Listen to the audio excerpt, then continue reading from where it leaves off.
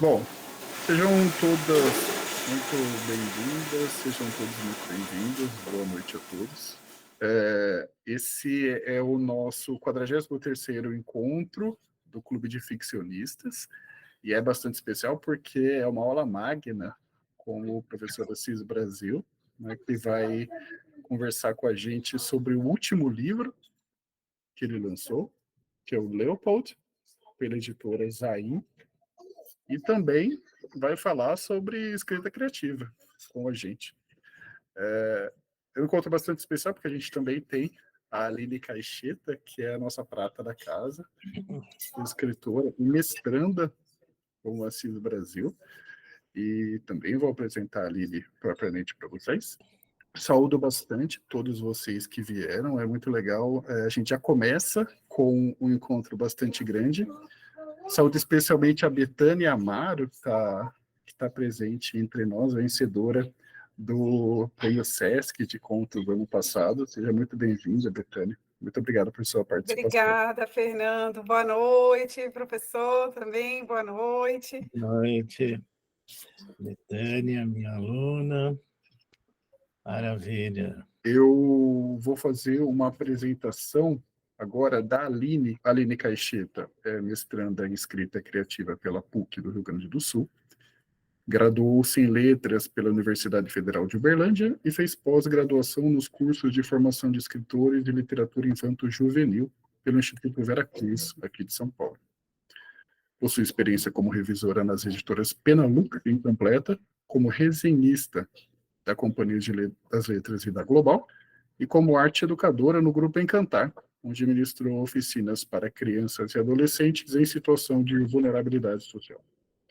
É autora de 4 títulos publicados pelo programa Aprendizagem Criativa da Faber-Castell, além de ter sido a idealizadora e realizadora dos projetos As Aventuras de Simon, O Pequeno Vendedor de Chicletes e Às vezes a Noite Escura, viabilizadas por financiamento coletivo e leis de incentivo à cultura. A Nina era uma das participantes da oficina de romances de 2019 e é com grande prazer que recebemos ela hoje. Seja muito bem-vinda, Nina. Obrigada, Fernando. É sempre uma alegria estar na primeira reunião do ano. Eu sempre fico emocionada de ver, assim, estamos com quase 50 pessoas num domingo à noite para falar de literatura. Isso é muito bonito de se ver. Eu nunca imaginava que a partir daquelas, não sei, 6, 8 horas que a gente passou naquela oficina, lá em 2019, a gente ia chegar a 43 reuniões e com essa quantidade de pessoas.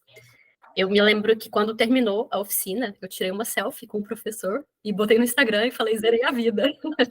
E não imaginava que, enfim, teria a honra de estar estudando com ele hoje, de ser orientada dele. Então, queria agradecer também ao professor, né, de cara, em nome de todo o grupo. Todos os anos ele dá uma palavrinha no começo e topou dessa vez, né, dar mais do que uma palavrinha, ficar com a gente aqui até as 9h30. Então, dizer que é uma honra e uma alegria muito grande ter o senhor aqui com a gente. Bom, Luiz Antônio de Assis Brasil nasceu em Porto Alegre, em 1945, onde mora atualmente. Passa parte de sua infância em Estela, no interior desse mesmo estado, que é também a ambientação de muitas de suas novelas e romances.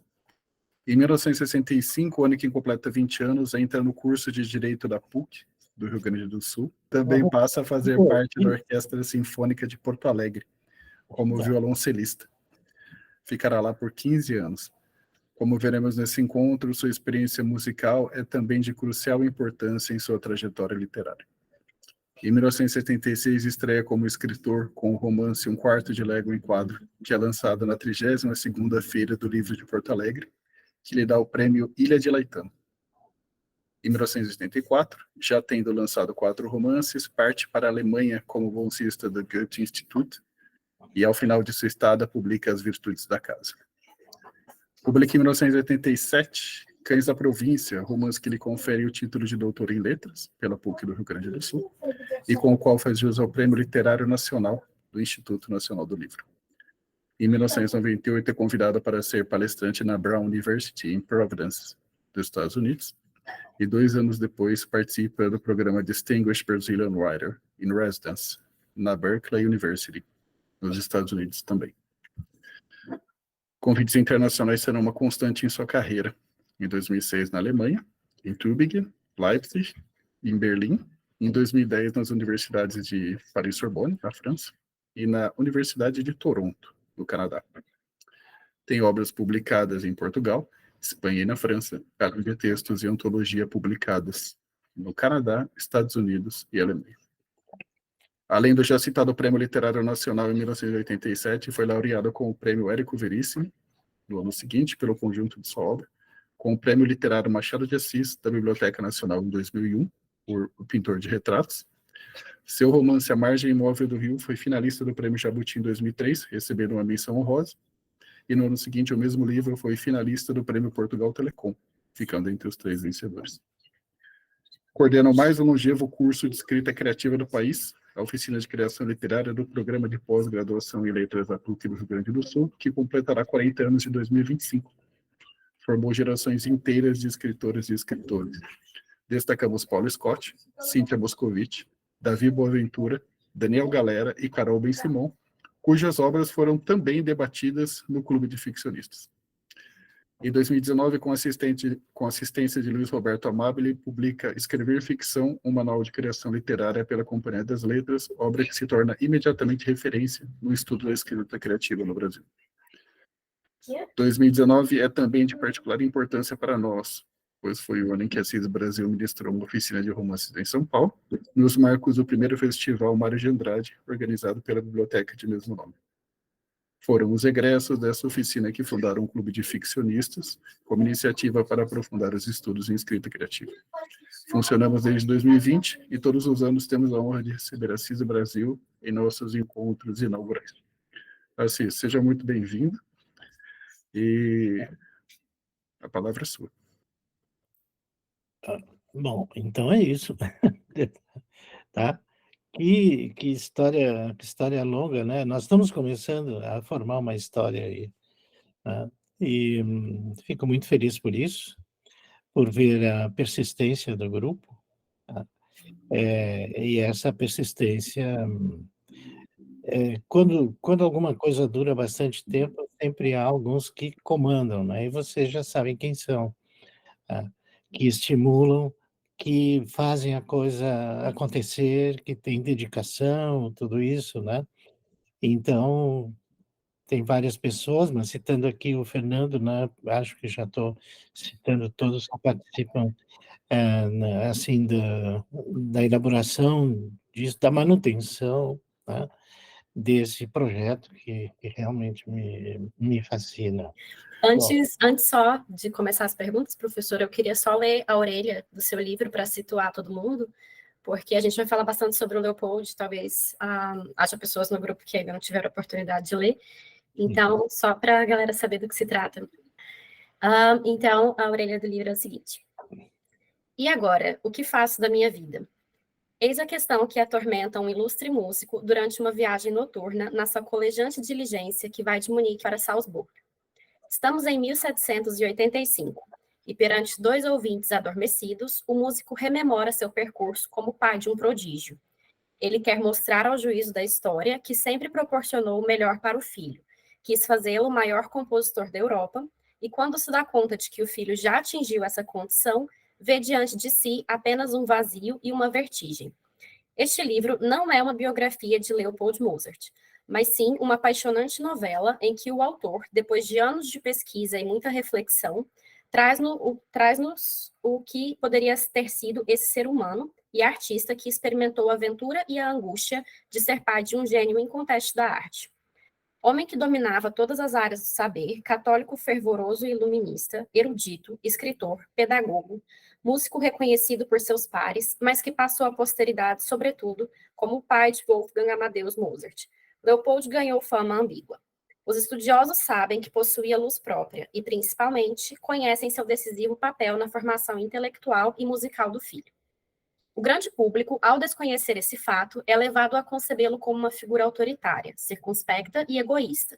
Talvez tenha um pouco dessas qualidades, sim, mas temperadas por um grande amor a Wolfgang, a ponto de voltar seus esforços para o ensino do filho e abrir mão da carreira de compositor, a partir do momento em que Wolfgang deu mostras de uma precocidade que ainda hoje maravilha o mundo.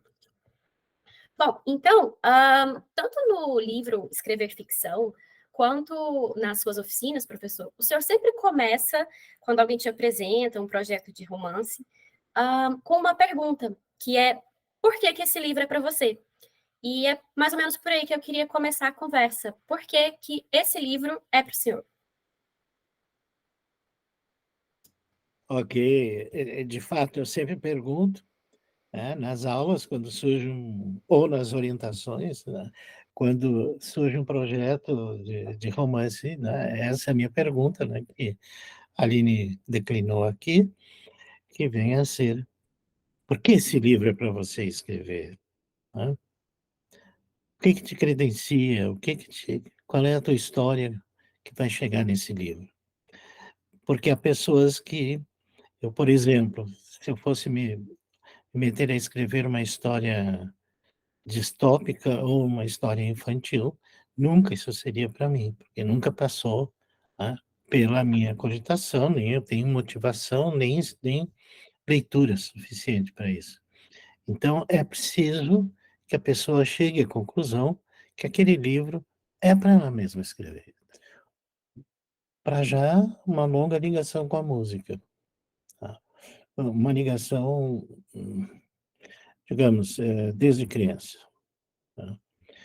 Minha mãe era formada em piano, né, daquelas senhorinhas, né, que se formavam em piano, né, que era uma prática muito interessante aí na década de 30, 40 do nosso país, tá. Meu pai adorava música e ele ouvia, né, as rádios, de Buenos Aires e de Montevidéu, né, que pegavam concertos, né, do Teatro Solis, né, de Montevidéu, e do Teatro Colón de Buenos Aires. Então, isso era bem interessante, porque eu ouvia essas músicas, né, naquele chiado, né, como pode imaginar, né, daqueles rádios, o que nos ajudava aqui, nos ajuda é a proximidade, né. O Uruguai está aqui, né, é junto aqui, né. Montevidéu é só atravessar o Rio da Prata. Buenos Aires é só atravessar o Rio da Prata. Então, a música fez parte, né, portanto, dessa minha vida. Depois, então, passei a estudar violoncelo, a sério, né, profissionalmente, digamos assim, ao mesmo tempo em que, o Wolfgang Amadeus Mozart, né, se tornou, digamos, a minha referência musical. E, por tudo, tá. Gosto bom, atenção, mas quem não gosta, né? Gosto da música de câmara dele, gosto das óperas dele, gosto das sinfonias, dos quartetos, dos trios. Bom, eu ingressei na orquestra sinfônica, houve um concurso para ingresso e tinha uma vaga, eu entrei. Entrei muito jovem, mas de uma maneira diletante, digamos assim, né.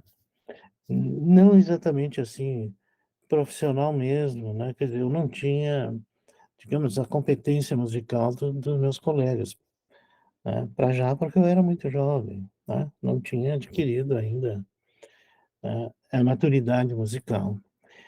Bom, então as 2 coisas foram juntas, né, a descoberta a descoberta da música, a descoberta de Wolfgang Amadeus Mozart, depois o ingresso na orquestra sinfônica, ao mesmo tempo em que eu entrei para uma universidade, porque os meus pais tinham vocação que eu fosse juiz, porque todos eram, né, tios, desembargadores, quer dizer, tudo estava girando em torno do direito, então, está bem, ok, tá. Mas, logo me dei conta que estava totalmente equivocado, né, bom, então ingressei ao mesmo então tá, então bom, mas terminei, pronto, terminei. De qualquer jeito terminei. E mas aquilo estava aquilo chato, né, para mim, então, eu não como eu disse, eu não tinha vocação para isso, né. Então, o que que houve? Aí fui me dirigindo para as letras, então comecei a escrever, comecei a publicar, tá. Tive resenhas muito interessantes já nos meus primeiros livros, né, alguns prêmios regionais e essa coisa toda, tá. Então, houve portanto, uma conjunção, né, eu nunca procurei nada. As coisas, foram acontecendo, ao natural. Não foram por acaso, mas ao natural. De tal maneira que, quando vi, eu estava totalmente envolvido por letras, literatura e música. Hã, fiquei na orquestra até quanto foi possível, mas aí então, na PUC, então, me tornei, professor e tal, essa coisa toda. Desde desde o filme Amadeus, eu fiquei impressionado com algumas coisas, alguns enormes equívocos do filme, tá. Pra já, o grande equívoco é o Salieri, né, ele nunca foi inimigo do Mozart, nunca, ao contrário, ajudou muito o Mozart quando o Mozart foi para Viena, tá, em 1781, tá, deixou Salzburgo, foi para lá, tá, e teve apoio do Salieri, tá. E uma amizade muito forte, tanto que quando Mozart, morreu, a Constância, a viúva dele, pôs os 2 filhos para estudarem com Salieri, estudarem música com Salieri, né. Então, eu já sabia dessa história e fiquei bastante indignado, quer dizer, o Peter Shaffer já fez isso, né, na sua o no seu na sua peça de teatro, que o Milos Forman adaptou, né. Mas já antes disso, peço desculpa que eu já não me lembro o nome, penso que foi Pushkin, que escreveu uma obra na qual o Peter Shaffer se inspirou, que tratava já do Salieri como um sujeito mau e tal. Bom, disse: "Se algum dia eu vou escrever sobre isso, eu vou tentar desvendar esse assunto". E agora por que o velho Leopold? Porque também no filme há vários equívocos. Quer dizer, ele não pode ter sido, né, esse sujeito excessivo, irascível, até que era um pouco, né, mas ele aparece de uma maneira quase caricatural. Eu estava um dia conversando com a Valesca, minha esposa, e nós estávamos conversando sobre a história das ideias do final do século XVIII, né, na Europa continental. E porque ela foi professora de filosofia, então a gente estava comentando com isso, né, e eu disse: "Vê só um homem como Leopold Mozart, que era, ao mesmo tempo, um católico fervorosíssimo, de ir à missa todos os dias, tá, e ao mesmo tempo era iluminista". Isso parece uma contradição, não é, porque o iluminismo, especialmente o iluminismo clássico francês, era materialista, né, tá. Mas ele conseguiu, né, unir essas 2 coisas, tá. Aliás, não só ele, mas também outros intelectuais do seu tempo. Conseguiram fundir o pensamento da Igreja Católica Romana com o pensamento iluminista, da clareza, daquilo tudo, né, quer dizer, não é só digamos, o sentimento, né, de acreditar em Deus. Eu tenho que saber que eu acredito em Deus por que razão, né? Tá? Bom, então, e aí falei isso, então nós estávamos comentando sobre esse assunto, eu disse, e é esse homem que faz, né? E naquele momento eu estava assim um pouco, tinha acabado um livro, que era O Inverno e Depois, estava um pouco em dúvida sobre o que escrever. Eu disse, pois está aí um bom motivo para escrever sobre o Leopoldo. E começamos a conversar um pouco e eu fui me dando conta de quanto eu já conhecia do Leopoldo, para já, digamos, a correspondência. A correspondência da família Mozart são quase 400 cartas, né? E que pegam o período do Leopoldo, mas também depois que ele faleceu e tudo mais, né? Então, fui organizando um pouco isso, né? E me dei conta que a melhor maneira de escrever a história dele, como aliás toda história deve começar, a melhor maneira, né, é colocando um problema, que eu chamo de citação crítica, no meu livro, Escrever Ficção. E essa citação crítica ocorreu ao natural para mim. Numa carta em que o Leopold Mozart escreve de Viena, onde ele tinha ido visitar o filho, escreve de Viena para sua filha, Nanel, ele descreve uma cena, assim, ó, o que aconteceu ontem na casa do seu irmão. Estava presente o Joseph Haydn, que era o grande músico da época, era o maior músico da época, era o maior músico da Europa. E foram tocados alguns quartetos do Mozart, do Wolfgang, e esses quartetos ele tinha impresso pela grande editora lá, né, da Artaria, né, e dedicado esses quartetos ao Joseph Haydn. E o Haydn foi lá nessa noite para assistir, ouvir.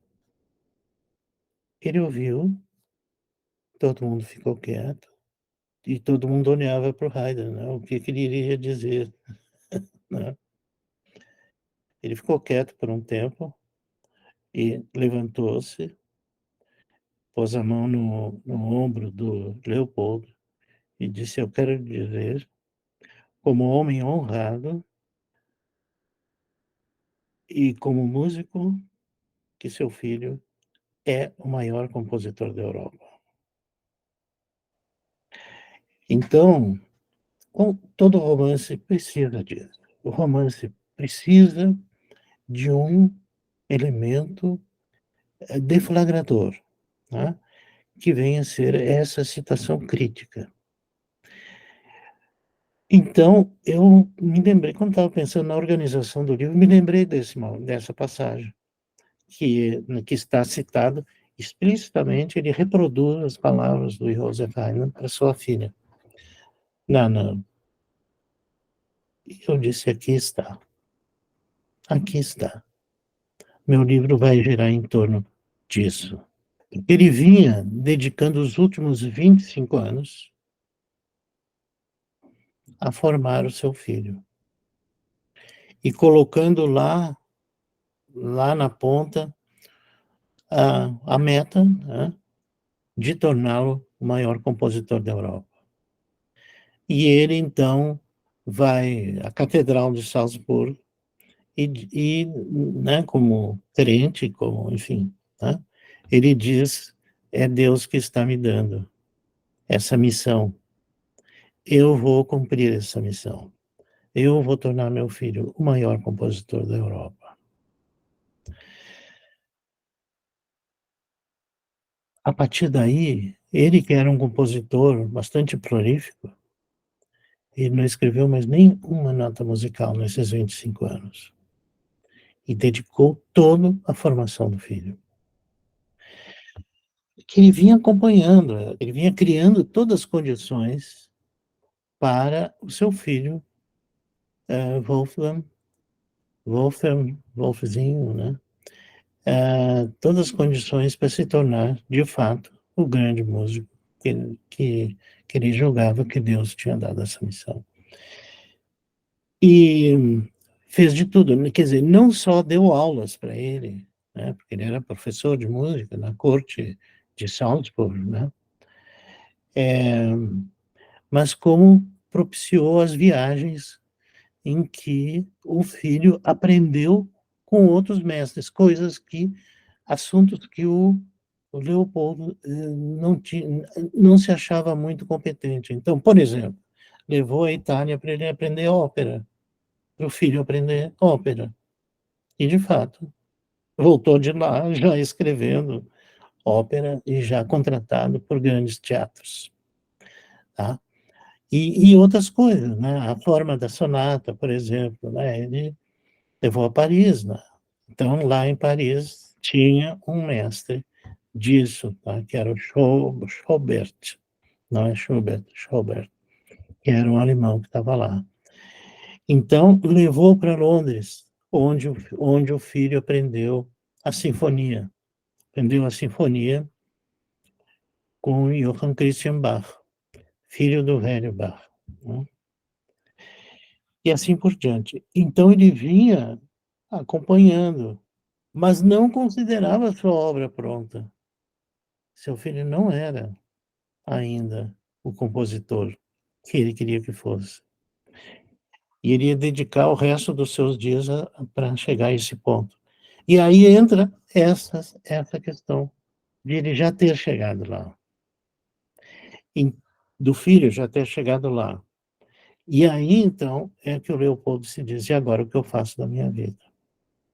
A partir dessa dúvida, ele vai tentar consolar-se, ou dizer que ele, de certo modo, não é culpado disso. Então, ele procura recuperar momentos da vida do seu filho e dele, né? Ele diz, eu quero saber o que eu não vi quando acontecia, e que já indicavam esse caminho. Em suma, o filho correu na frente, muito na frente, digamos, da trajetória que seu pai lhe deu. Então, o que acontece? Ele recupera, digamos, momentos, né? Ele é um pouco assincrônico, momentos da vida do filho e dele, em que ele não percebeu que o filho já estava muito na frente. E no fim, quer dizer, para chegar no fim, bom, eu não sei, negócio de spoiler, eu não tenho problema de spoiler nenhum. Eu quero sempre saber, antes de começar a ler, eu quero saber como é que termina, tá? O livro. Porque aí eu vou acompanhando como é que o autor escreveu aquilo, organizou aquilo para chegar naquele final. Então é uma leitura, digamos, com intenção, né? Não é só leitura do prazer. Então não tem problema que eu diga, tá? Né, que chega, então ele chega no final por tudo, e o equívoco foi que ele se julgava imbuído de uma missão que nunca tinha havido, nunca Deus lhe tinha dado essa missão, né? Então, a partir daí, mas não termina sombrio, não, não, ao contrário, tá? Tá? Ele encontra outros motivos para seguir vivo, tá? Especialmente o nascimento que ocorreu daí a poucos meses do seu neto, filho não do Wolfgang, mas filho da Nana. Mas eu tenho a sensação que é o melhor que eu já escrevi até agora. Não só por esse grau de envolvimento, mas porque ele representa uma suma, né, do latim, né, suma com 2 M's, é um conjunto de conhecimentos, tá? Em que eu coloquei praticamente tudo o que eu sabia e que eu sei, não só de música, mas também de conhecimento do ser humano, mas também de filosofia, de história, astronomia, fisiologia, tá? Meteorologia, porque o Leopold Mozart era, ao mesmo tempo, um cientista. Então, ele circulava por todas essas áreas. Eu tive que circular por essas áreas. Né? Então, não por nada que eu levei 4 anos de escrita, porque a pesquisa foi mais ou menos um ano e continuei com a pesquisa. Né?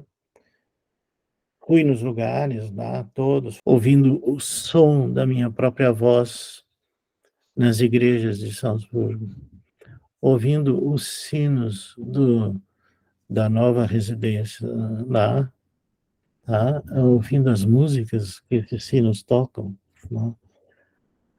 Contando os passos, 436 passos, eu creio, que liga a residência, primeiro apartamento onde viveram os Mozart, né? Enfim, imbuído disso, pesquisando na biblioteca do arcebispado lá e também da igreja, da universidade de Salzburgo. Eu vou pedir para a Aline uma licença, porque essa parte que o Assis citou, da situação crítica, né, ela está muito bem colocada na contracapa do livro, e eu achei... Esse livro me ganhou na contracapa, né? Parabéns ao Leonardo, porque a escolha do parágrafo foi maravilhosa, eu gostaria de compartilhar com vocês. Tá? É uma leitura bem rápida também. Irto, é em primeira pessoa, né? Então quem está falando é o Leopold. Né? Irto, eu segurava um cálice do vinho do Reno e repetia a mim mesmo a sentença de Haydn, que não saía da minha cabeça e não saiu até hoje, palavra por palavra, repito-a 1000 vezes para mim. Vejo o rosto de Haydn, ouço e repito, e com o exato tom que ele a proferiu. O músico mais célebre da Europa a afirmar que meu filho é o maior de todos os compositores. Portanto, maior do que ele mesmo, maior que Paisiello, Gluck, Handel, maior do que Palestrina, Vivaldi, Buxtehude, o velho Bach e seus filhos, todos esses compositores de quem eu apresentei as músicas ao meu filho para que ele aprendesse. E eu não sabia onde incluir a grandiosa herança de Haydn no meu organizado mundo interior. E era aquele choro abafado de uma criança, e o súbito e irremediável vazio que só vinha a entender quando me veio à garganta uma terrível pergunta. A primeira vez que eu a dizia. E agora, o que faço da minha vida? Eu achei incrível essa parte e como ela organiza todo o romance em torno dela, né? É maravilhoso. Aline. Eu queria saber como é que foi a construção desse personagem, como é que foi o seu envolvimento com ele, de que forma se deu, o que tem de Assis Brasil no Leopold Mozart dessa novela, e, enfim, como foi essa relação? Muito bom. O que eu tinha do Leopold? Eu tinha um nome e eu tinha um material muito importante, que são as cartas dele. As que restaram, porque se perdeu uma grande parte, que ele escrevia de vários lugares, né? Mas, por exemplo, ele escrevia de Salzburgo, que é onde eu morava, para Viena, mas o Mozart, o filho, né, já era casado. E com a família, numa família, né, um pouco assim de gente interesseira e tal. Eram ligados ao teatro, né, a irmã da Constance, né, era uma cantora de ópera e tal, mas eles tinham problemas com o próprio Wolfgang. E eu deixava por ali e elas jogavam fora, né, as cartas. Né. Então se perdeu uma quantidade muito grande. Mesmo assim, do que sobrou, ao ler essas cartas, eu fui entendendo esse homem, que eu já tinha lido, mas de modo, assim, diletante, né. Mas agora eu fui ler mesmo, né. Então, entendi o empenho, a competência, o empenho e aquele desejo, assim, absolutamente devastador de de ensinar e propiciar todas as condições para que o filho se tornasse o grande compositor da Europa, né. Por outro lado, quer dizer, isso eu tinha, digamos, como o drama pessoal dele. Mas para compor a interioridade dele, eu precisei, criá-la, tá. E para criar isso, eu não foi algo assim, bom, vou tirar do nada, não.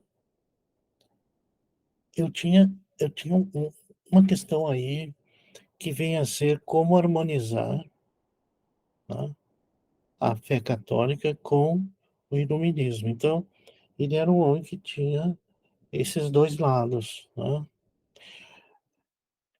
Mas havia também o nascente romantismo no meio disso tudo, para complicar mais o quadro intelectual. Tanto que o Wolfgang Mozart, ele, digamos, ele já trilhou os primeiros passos do romantismo, tá, que era uma coisa que o pai, não contrariava, tá, eram algumas coisas estranhas, musicalmente falando, né, que já anunciavam o romantismo. E isso fez com que eu pudesse um pouco entender esse homem perturbado, quer dizer, perturbado por essas diferentes direções que ele tinha, né, eh, de seu pessoal e aquilo que estava acontecendo no mundo. Por outro lado, ele era um de muita, sensibilidade, que não apenas, se revelou lá como músico, mas desde adolescente. Então ele era, ator e bailarino, isso já, assim, adolescente. Todo esse conjunto de circunstâncias, né, porque a interioridade de uma pessoa não é alguma coisa monolítica, né, nós sabemos, porque nós somos pessoas, né, o quanto nós somos assaltados por 1000 ideias ao mesmo tempo e quanto nossos sentimentos, variam e, enfim, essa geleia geral que está dentro da nossa cabeça, né. E no caso dele, tinha, portanto, alguns componentes que me indicavam. Então, digamos, a minha criação, foi bastante estimulada pelos dados biográficos que se conhecia, eh, e também da correspondência dele, né, e de algumas atitudes que ele tomou, porque ele saiu de Augsburg e foi para Salzburg para estudar direito, e viu que a sua vocação também não era, né, o direito, né. Então, e ele começou inclusive a faltar aula, aquele negócio e tal, aí na direção lá da universidade, eles: "Escuta, não quer fazer?" "Eu não quero mesmo, né". Aí ele disse: "Não, então eu vou deixar e tal". Aí foi se dedicar só à música, né. E deu certo, aí logo casou e tal, e começou a ter filho, muitos filhos, né, só sobreviveram 2, que é o Wolfgang e a sua irmã, né. Então, bom, então começou tudo isso, eu pude então compor, né, o que era esse homem, pude atribuir a ele uma ternura contida pelas circunstâncias da época. A ternura contida pela esposa, né, Maria Ana, né, e pelos 2 filhos. Bueno, então mais ou menos por aí, Aline, que eu pude ir compondo, quer dizer que chega um momento que eu tenho a personagem, mas o que eu devo criá-la, né. Digamos que eu tenho uma personagem com a qual eu vou trabalhar e é uma personagem real, ou até que teve alguma relevância em qualquer área. Mas eu preciso, criar essa personagem, né, para que ela seja independente daquilo que a história ou a cultura dizem, tá. Portanto, ele precisa ter uma humanidade, específica e inconfundível com qualquer outra personagem. Não sei se vocês leram o Yo, El Supremo, do Augusto Roa Bastos, o paraguaio, né. Grande obra literária, digamos que fez um grande sucesso, assim, digamos, na década de 70, 80, tá. Era um autor muito lido, e o Roa Bastos, então, escreveu, no digamos, um romance sobre, uma grande personagem do Paraguai, tá, hã, um ditador do Paraguai, no século XVIII para XIX, tá, que ele se chamava o Supremo, tá, que era uma personagem, o Doutor Francia, uma personagem muito estranha. O Doutor Francia era um iluminista, tá, iluminista, tinha um busto do Robespierre no despacho dele lá, tá. Um homem sensível, tocava música e tudo isso, e era um sanguinário, absoluto sanguinário. Então uma personagem muito complexa, muito complexa. E o Roa Bastos conseguiu, né, dar uma forma para esse Doutor Francia, que nós até passamos a entender o que era essa personagem que passou por uma história, para a história, muito mal, né. Bom, se alguém ainda não leu, nem sei se já se continuam publicando Eu, o Supremo, né, em português. Em todo caso, se não leram, eu recomendaria, viu. E o que é interessante é que é um autor paraguaio, né? Não existem tantos autores paraguaios disponíveis para a gente, né? Isso é Não, bastante não, legal. digamos, o mais conhecido é o Roa Bastos, né. Então, edição antiga da Paz e Terra. Ah, tá, da antiga Paz e Terra. Você Não, disse uma coisa bastante interessante sobre esse aspecto, né, da criação do personagem, porque o Leopold, uma das coisas que é muito fácil de notar rápido no livro, é que ele é uma pessoa de difícil acesso, assim, no sentido de ser alguém turrão, né, que reclama bastante de dinheiro e acha que o Mozart só faz coisas erradas, assim, tipo, na vida pessoal dele, né? tem isso, mas depois isso vai mudando, né. Eu particularmente gosto, assim, de Aham, personagens assim, né? não, nas cartas a gente vê que ele chamava a atenção do filho, dizia: "Você E está gastando dinheiro em Paris, você matou a sua mãe", né, porque a mãe ficou doente. só coisas delicadas, assim. É, coisa delicada. "Não, você matou a sua mãe", porque foi a mãe acompanhando ele para a viagem a Paris, e ela morreu lá, mano, ficou doente. Bom, enfim, né.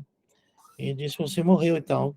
E aí quando o filho voltou, ele disse: "Você está me devendo não sei quantos florins, que foi o dinheiro que eu consegui captar para a sua viagem". Mas acontece o seguinte, ó, é que ele era, como quase todos os velhos, muito preocupado com dinheiro, tá. Eu acho assim, né, como é que vai ser e tal, né, onde é que eu vou tirar dinheiro? Ó, então, E naquela época, né, sem nenhum tipo de, de previdência nem nada, quer dizer, era o dinheiro que o sujeito tinha embaixo do colchão. Né? Então, ele tinha muito isso, né? Ele é um sujeito muito, muito preocupado com dinheiro.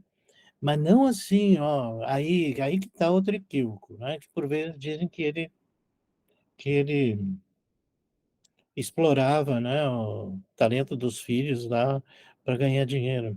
Nada disso, tá? Isso, bom, está bem no livro, quer dizer, quando eles ganhavam dinheiro numa cidade e com esse dinheiro pagavam a viagem para estar na outra cidade, quer dizer, eles viviam, né, como se diz popularmente, da mão para a boca. Né? Tanto que quando eles voltaram, eles tinham dívidas. Quando voltaram da grande turnê, né? Aquela grande turnê que foram, que durou 3 anos, né? Toda a Europa, imagina, é uma coisa, uma epopeia. Né? E eles voltaram, eles tinham dívida. Né?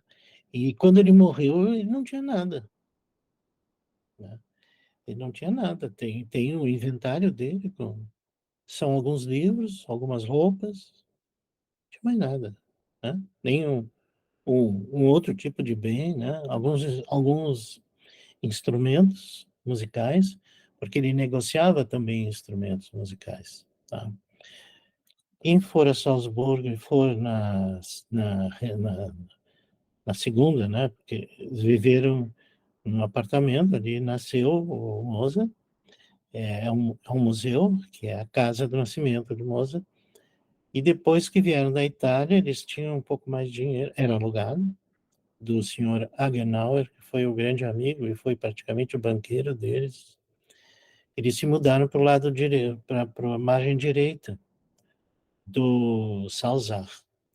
E compraram, não, alugaram uma casa bastante confortável, bastante grande, que tinha um espaço, um salão, é um museu, é um salão, até hoje é um salão, né? E ali aquilo era lotado de instrumentos que ele comprava e vendia, né? O Leopoldo, tá? Bom, mas então assim, ó, sim, tinha isso, tá? Tinha isso, mas ele persistia. Isso era mais uma coisa de temperamento do que de caráter, tá? Então, e falava essas coisas e tudo, mas aquilo era da boca para fora. Ele era preocupado com o negócio do casamento da filha. E por isso que ele disse, eu não posso morrer. Como é que eu vou deixar uma filha solteira, né? Uma filha solteira só com a mãe, depois até a mãe morreu, naturalmente, né? Então ele tinha muito medo disso, de morrer e deixar a filha solteira, né? A grande preocupação dele. Então, bom, mas enfim, ele tinha um pouco dessas coisas, digamos, era um pouco severo, sim, sim, mas não era maldoso, tá?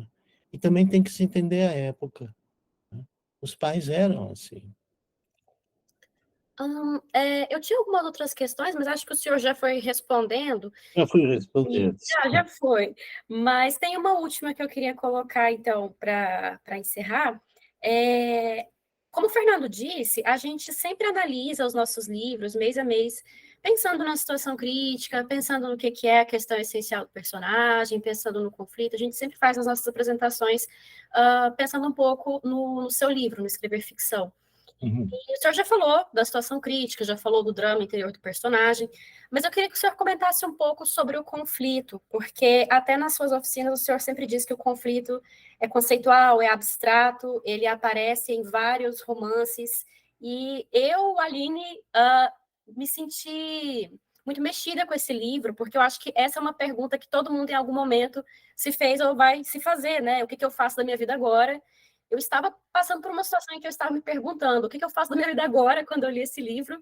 Então, alguma coisa ali ressoou. E daí eu queria que o senhor comentasse um pouco mais sobre esse conflito. E Então, daí já vou até falar para o pessoal colocar perguntas aqui no chat para a tá. gente Então, entender. tá, perfeito. Então, assim, ó, o drama pessoal da personagem é uma coisa, tá? Se refere àquela personagem naquela circunstância daquela novela, tá? o conflito ele está acima da história, tá? Quer dizer assim, o mesmo conflito pode estar presente em várias histórias, em vários romances.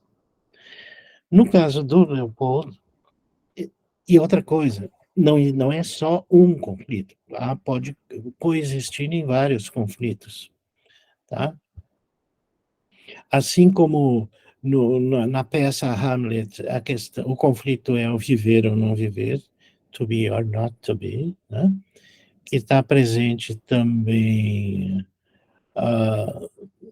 está presente também em Madame Bovary, o mesmo conflito, viver ou não viver, né? Está presente em vários outros, tá? E eu penso que um dos conflitos que podem estar presentes no Leopoldo vem a ser o desejo e não realização do desejo, né? Tá?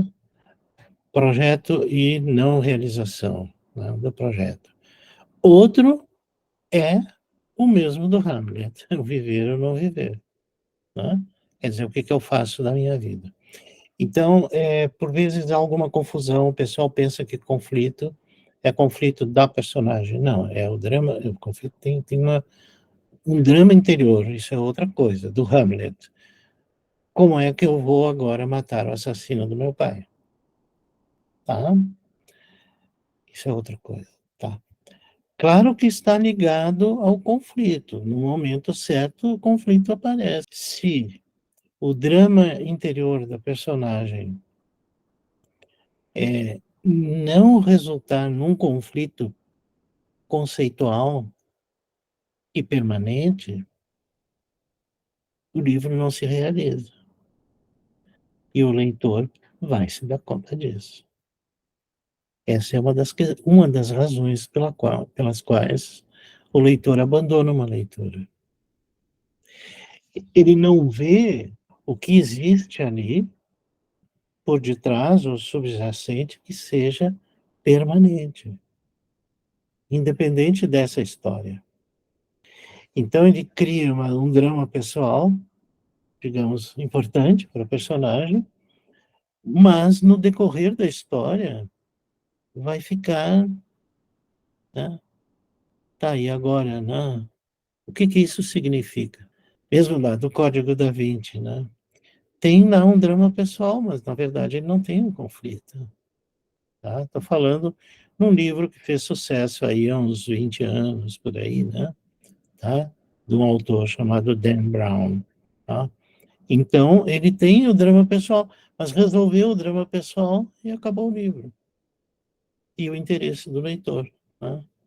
Então, se o drama pessoal não se articula com um conflito que seja permanente, que seja conceitual, que seja abstrato, que toque a todos nós, seres humanos, não acontece o livro.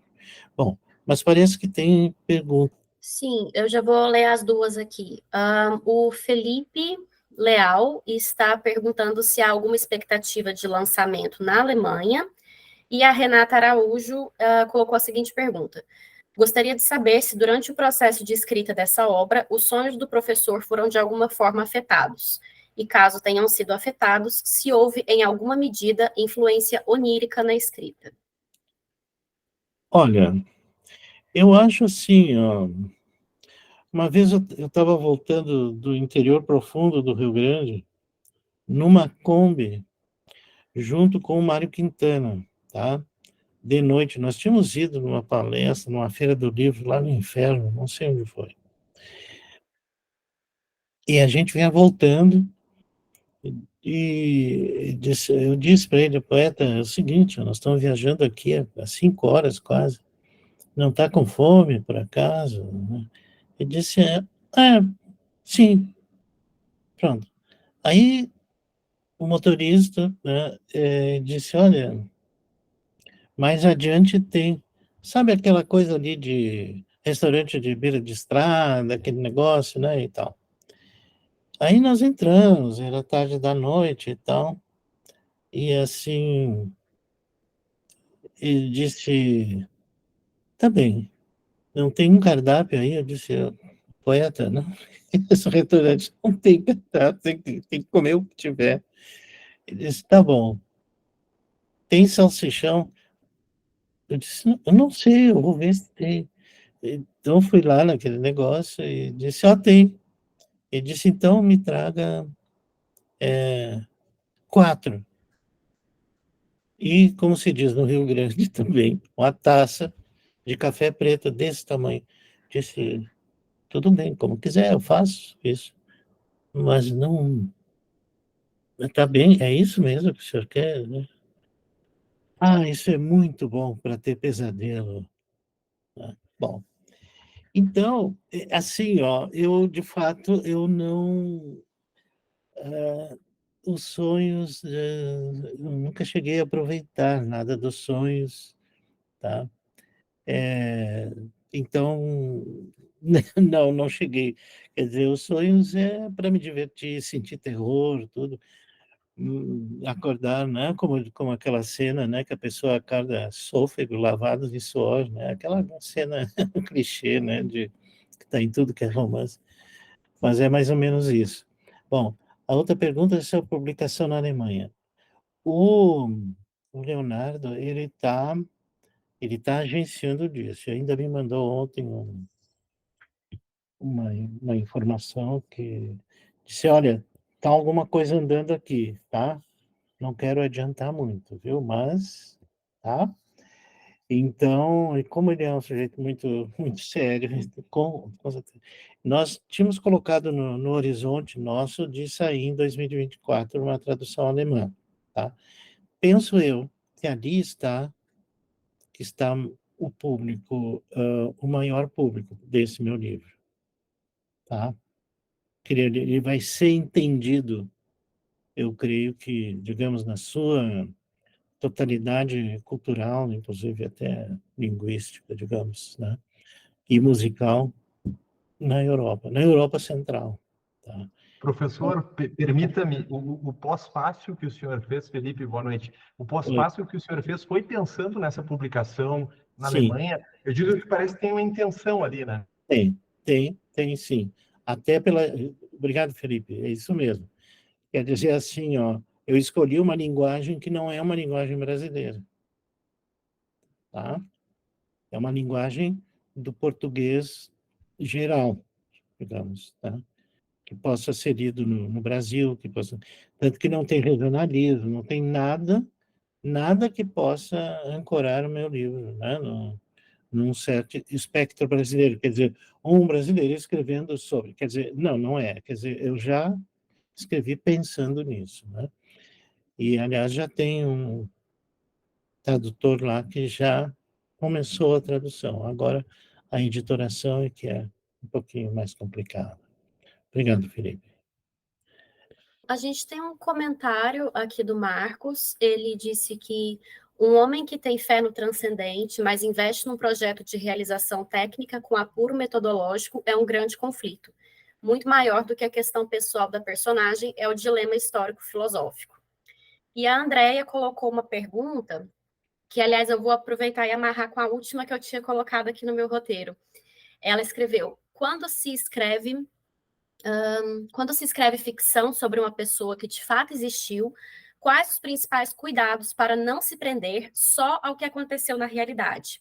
Isso tem a ver com uma pergunta que eu ia colocar sobre a última frase do seu pós-fácil. O senhor colocou que nessa novela há muito mais verdade do que se possa imaginar, mesmo sendo uma obra de ficção. Então, amarrando com essa pergunta da Andréia, eu queria te perguntar o que é o conceito de verdade por trás dessa afirmação, e reiterando aí o que a Andréia falou sobre... Na verdade, essa última frase é cínica e tem duplo sentido. A verdade que eu estou falando é a verdade literária. Tá? É isso. A Patrícia perguntou, como a mudança de foco narrativo ao longo da história pode ser feita de maneira que não confunda o leitor? O Alberto mandou uma pergunta também aqui pelo WhatsApp. Ele diz que é uma pergunta um pouco indiscreta e também fora da proposta da análise formal, que é a do nosso grupo. Fiquei pensando no método de violino de Leopold Mozart, e do escrever ficção do senhor. O senhor tem este sentimento, essa sensação de Leopold, de que os alunos em algum momento se rebelam carinhosamente? Essa sensação de pai literário dos seus alunos? Pensou nisso quando escrevia ou depois que escreveu? Isso é perfeitamente natural, né? Quer dizer que eu vejo a trajetória dos meus alunos aí, né? Enfim, temos vários exemplos, né? Inclusive na própria aula, né? Aqui, nós estamos aqui reunidos, né? Que, aliás, um deles já foi referido. Eu vejo isso como perfeitamente natural e que a mim me deixa vaidoso e dá um sentido à minha vida. Porque o que vai ficar de mim não são os meus livros, né? São os meus alunos. Há um paralelo entre o escrever ficção e o método de violino do Leopold, tá? Eu estou muito consciente disso, tá? Eu coloquei assim como uma espécie de diálogo, né, entre as duas coisas. Só que o velho Leopold era um pouco mais severo com os alunos do que eu sou. Ele tinha uma bronca com os ornamentos, tá? Na música do século XVIII, século XVII, XVIII, XIX já não, né? Mas o ornamento, tá? Que são, tentando falar numa linguagem bem simples, assim, firulas musicais que o sujeito acrescenta no texto, acrescenta na pauta, acrescenta na música, tá? Não vai direto à nota, faz umas notinhas antes, vai ir para a nota depois, tá? Então ele diz, o pessoal está fazendo ornamento demais e esquece da própria nota, né? Faz tanto ornamento em torno daquela nota que esquece a própria nota, né? Então ele tinha uma bronca com isso. Não, de fato, existe, né? Então, escrever ficção é mais ou menos o método de violino, e eu sempre penso nisso, né? Que o Leopoldo teve, né, um grande aluno, que foi o filho, né? Eu penso assim que eu não, não concentro num só, né? Mas a minha prole se torna grande, tá? Mas atenção, atenção. O que acontece nas minhas oficinas não é eu dizendo como as coisas devem ser feitas. Os alunos vão descobrindo isso, né? É uma conquista, né? Especialmente nos seminários. Mudanças de focalizador, assim, são duas coisas. Primeiro, tem de haver um motivo para isso. Pronto, tem de haver, tá?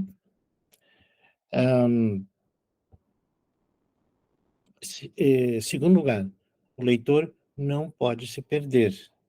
São duas condições: ter motivo e o leitor tem de saber onde é que ele anda, tá?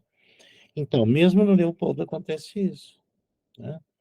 Eu entro com um focalizador aproximadamente neutro nas estações de posta em que a diligência para trocar os cavalos. Ali eu uso uma terceira pessoa praticamente É uma assim, espécie de moldura, não é? sim, Pro sim, Leopold. sim. Mas mas é quase uma narrativa externa, né? Uma focalização externa, né? E depois entra a primeira pessoa. Então eu penso assim, ó, tem um motivo porque eu quis situar bem como é que estávamos, né? O que estava acontecendo, porque ficaria muito estranho colocar isso na boca da personagem, né? E depois, quando entra a primeira pessoa, há um divisor e depois o leitor logo se dá conta dessa primeira pessoa. Bom, acho que o Fernando pode fazer um encerramento para a gente, já deu 9h30, né? Assis, a primeira coisa, muito obrigado pela sua generosidade, muito obrigado pela pelas respostas, muito obrigado pela sua fala. É muito gostoso para a gente todo ano começar o nosso ano com uma apresentação sua, né? Normalmente era uma saudaçãozinha rápida, né, no início dos É encontros. verdade. Esse ano a gente fez diferente, achei bastante legal. Então, se o ano que vem puder ser assim também, eu adoraria e suponho que a maior parte das pessoas adoraria também. Quero agradecer bastante, quero deixar para você um tempinho para suas considerações finais. E a minha última pergunta, aproveitando aqui os finalmente, é a seguinte: indique para a gente, para todos os participantes do clube, já que nós somos um clube de leitura e de escrita, um livro que você acha importante que a gente leia em 2020. Eu poderia sugerir A Pianista, da Elfriede Jelinek, tá? É prêmio Nobel austríaco, tá?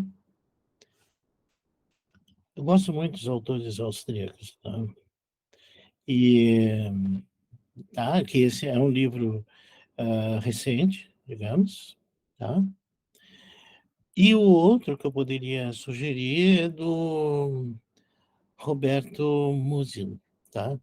O Homem Sem Qualidades, tá? Também austríaco, tá?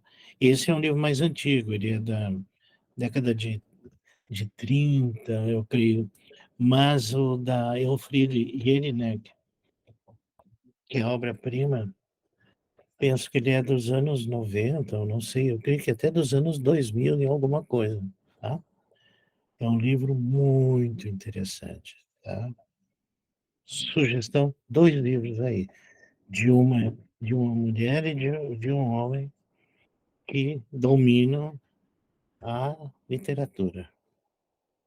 E um outro que eu adoro, né, que é o Thomas Bernhard, que também é austríaco, né, com o livro Extinção, tá? Em geral, se lê dele outras coisas, mas não este, que é o livro dele que eu mais leio. Extinção, uma derrocada. That's all, folks. Então, É isso, professor. pronto. Muito obrigada. Muito obrigado, De, Assis. de nada, Aline. Olha, Fernando, todo mundo aí, um bom ano, tá? Para todo mundo, Obrigada. certo? E bom trabalho. E qualquer coisa, eu estou aqui. Tá certo? E Bom ano para você. arriba!